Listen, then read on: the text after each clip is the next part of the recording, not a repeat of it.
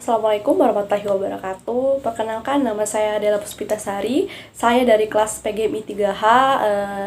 Video ini saya buat untuk menyelesaikan tugas UAS SKI PGMI 3H dengan NIM 2223240180. Selamat menyaksikan. Baiklah, di sini saya akan menjelaskan jurnal yang saya rangkum, yaitu ada Etika dan Moralitas dalam Islam. Menurut Burhanuddin Salam, istilah etika berasal dari kata Latin, yaitu etik, sedangkan dalam bahasa Inggris etik yaitu of moral principle or value. Etik artinya sebenarnya ialah kebiasaan perkembangan pengertian etika tidak lepas dari substansinya, bahwa etika adalah suatu ilmu yang membicarakan masalah perbuatan atau tingkah laku yang dinilai baik dan mana yang buruk. Istilah lain dari etika itu moral, susila, budi pekerti, akhlak. Sumber etika Islam adalah Al-Quran dan Sunnah.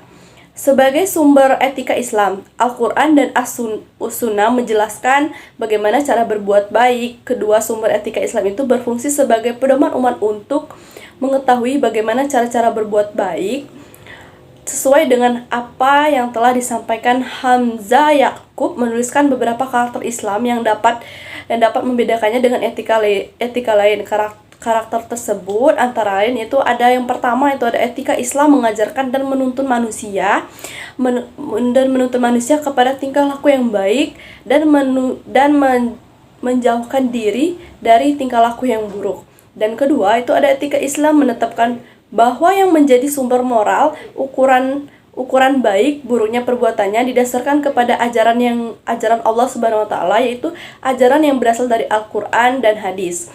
Dan ketiga, itu ada etika Islam bersifat universal dan komprehensif, dapat diterima oleh seluruh umat manusia di segala waktu dan tempat.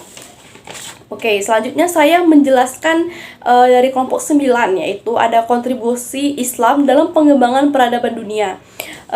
Ajaran Islam menyebar ke seluruh dunia selama berabad-abad, dengan sendirinya meninggalkan tinta emas dan toleransi positif berupa ilmu pengetahuan kepada peradaban dunia. Walaupun kekuasaan Islam absolut sudah tidak ada lagi, hal ini disebarkan penyebaran ke daerah tidak dimaksudkan untuk merampas kekayaan daerah tersebut. Peradaban Islam dapat berkembang pada masa ini sebagian berkat kerja keras para ilmuwan dan peneliti.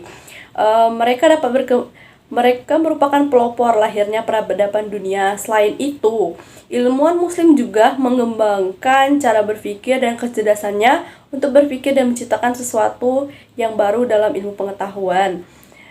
Peran dan kontribusi Islam dalam kemajuan peradaban dunia. Di Barat, Islam berperan sebagai pemberi perkembangan peradabannya. Meskipun Barat kini telah menjadi simbol kemajuan peradaban dunia, perkembangan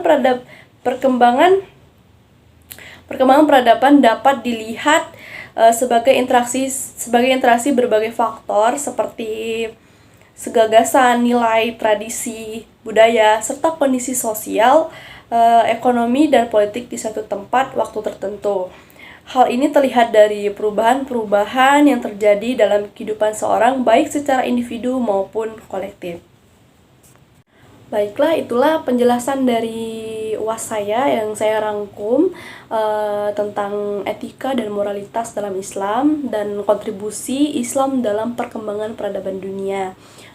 Jika ada kata yang mungkin kurang memahami, saya mohon maaf. Kepada Tuhan saya mohon ampun. Untuk terakhir, saya berterima kasih kepada Bunda yang telah mengajar pada semester ini pada mata kuliah SKI. Saya ucapkan terima kasih.